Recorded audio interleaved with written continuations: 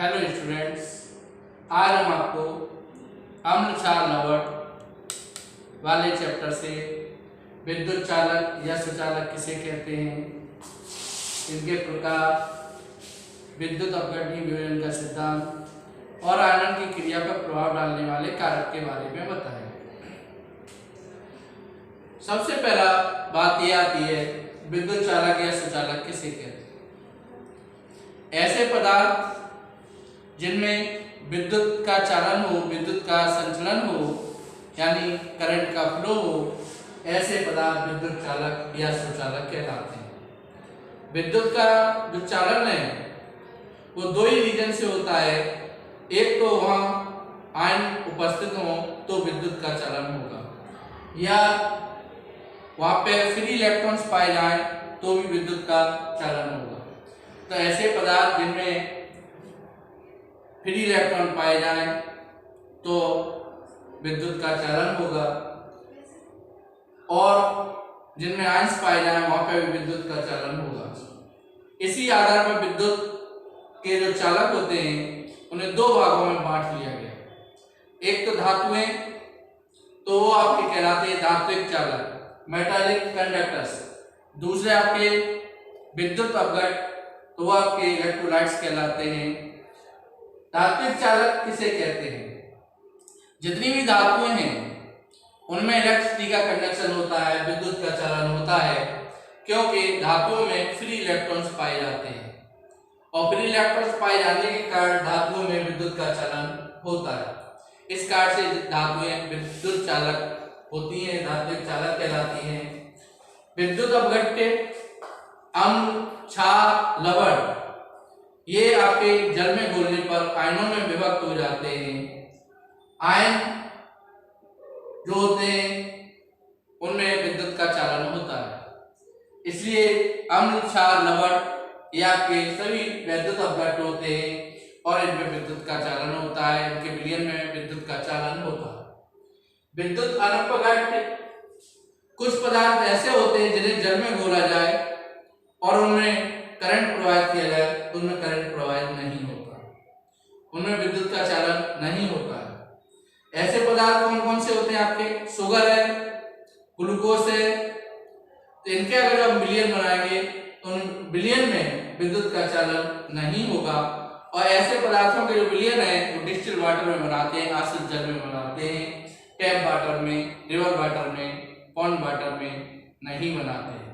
यानी नदी का पानी, समुद्र का पानी, कुआं का पानी, नल का पानी, ये आपके पानी नहीं मिक्सचर कहलाता है, क्योंकि इसमें कई प्रकार के साल्ट घुले हुए रहते हैं जो आयनों में विभक्त हो जाते हैं। इसलिए जो डिस्टिल वाटर होता है, अशुद्ध जल होता है, वो शुद्ध पानी होता है, उसमें अगर हम ग्लूकोज को घोलेंगे तो उसमें विद्युत का चालन नहीं होगा। और आपके शुगर का सॉल्यूशन बनाएंगे उसमें भी विद्युत का चालन नहीं होगा। तो ऐसे पदार्थों के विलयन विद्युत अनपघट्य कहलाते हैं।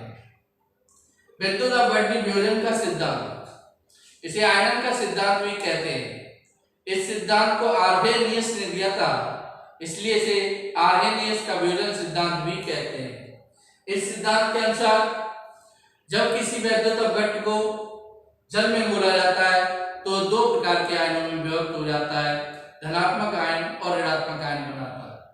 धनात्मक आयन को कैटायन कहते हैं, ऋणात्मक आयन को एनायन कहते हैं। आयनन की क्रिया जो होती है उत्क्रमणीय होती है। आयनन की क्रिया जो होती है उत्क्रमणीय होती है, अर्थात दोनों दिशाओं में चलने वाली अभिक्रिया होती है। जैसे एसिटिक एसिड को जल में घोलें तो ये एसिटेट आयन भी बनाएगा, हाइड्रोजन आयन भी बनाएगा, ये आपस में मिलकर एसिटिक एसिड का निर्माण करेंगे। इस प्रकार से ये प्रक्रिया दोनों दिशाओं में लगातार चलती रहती है, तो ये क्रिया उत्क्रमणीय होती है।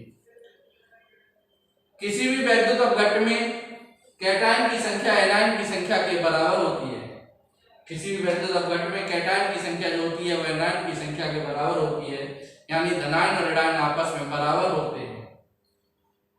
अगर किसी विद्युत अपघट्य में विद्युत धारा प्रवाहित की जाए, यानी एनोड और कैथोड इलेक्ट्रोड प्रवाहित किए जाएं, तो कैटायन पे आपका पॉजिटिव आयन होता है, इसलिए उदासीन होने के लिए कैथोड की ओर गति करता है, क्योंकि कैथोड पर ऋणात्मक एनायन पर ऋणावेश होता है, इसलिए उदासीन होने के लिए एनोड की ओर गति करता है।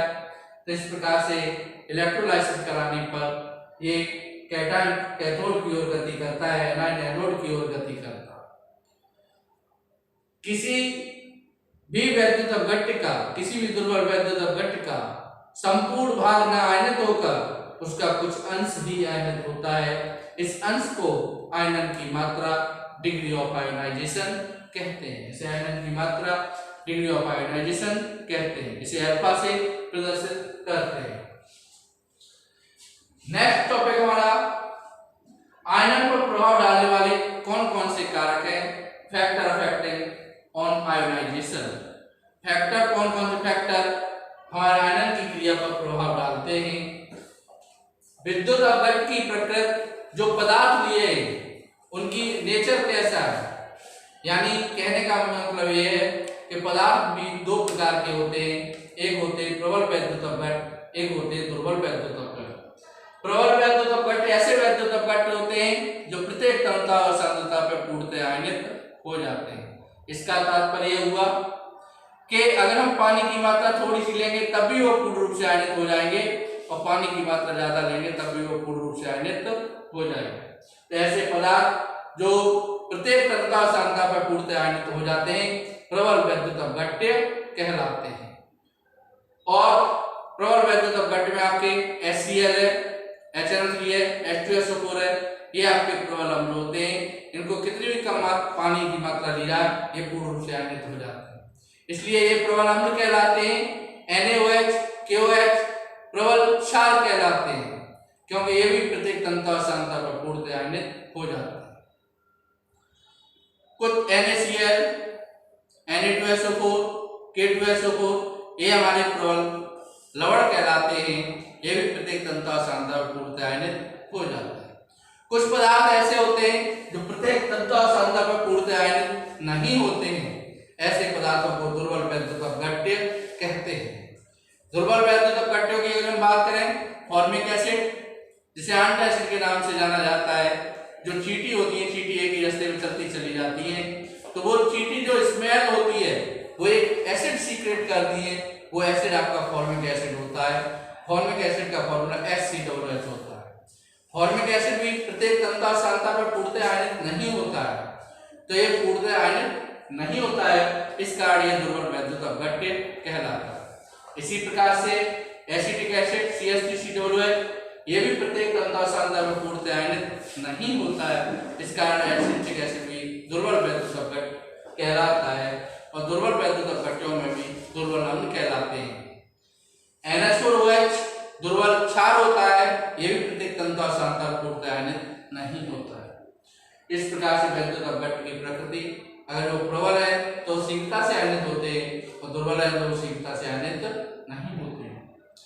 नेक्स्ट है ब्लैक की प्रकृति, नेचर ऑफ सॉल्वेंट।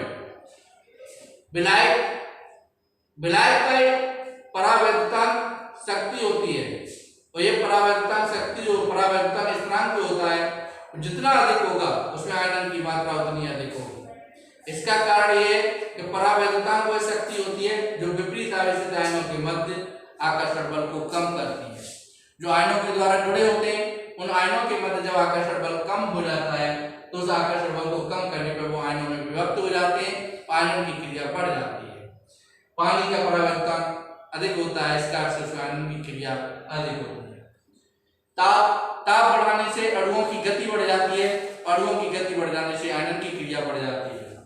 तन्यता पानी की मात्रा बढ़ाने से, तन्यता बढ़ाने से आयनन की मात्रा बढ़ जाती है। सम आयन प्रभाव, कॉमन आयन इफेक्ट। जब किसी वैद्युत अपघट्य में उसी प्रकार के विद्युत अपघट्य या उसी प्रकार के आयन प्रवाहित किए जाते हैं तो मूल वैद्युत अपघट्य का आयन रुक जाता है। जैसे अमोनियम क्लोराइड NH4Cl का आयनन NH4Cl नेगेटिव में होता है। अगर इसमें हम अमोनियम आयन प्रोवाइड कर दें, अमोनियम हाइड्रोक्साइड को प्रोवाइड कर दें, तो यहाँ अमोनियम कॉमन आयन है, तो अमोनियम समान के कारण NH4Cl का आयनन कम हो जाएगा। अगर ये सम आयन की मात्रा बढ़ जाए तो NH4Cl का आयनन पूर्णतः रुक जाएगा। इस प्रकार से ये सम आयन प्रभाव भी अन्य क्रिया को प्रभावित करते हैं।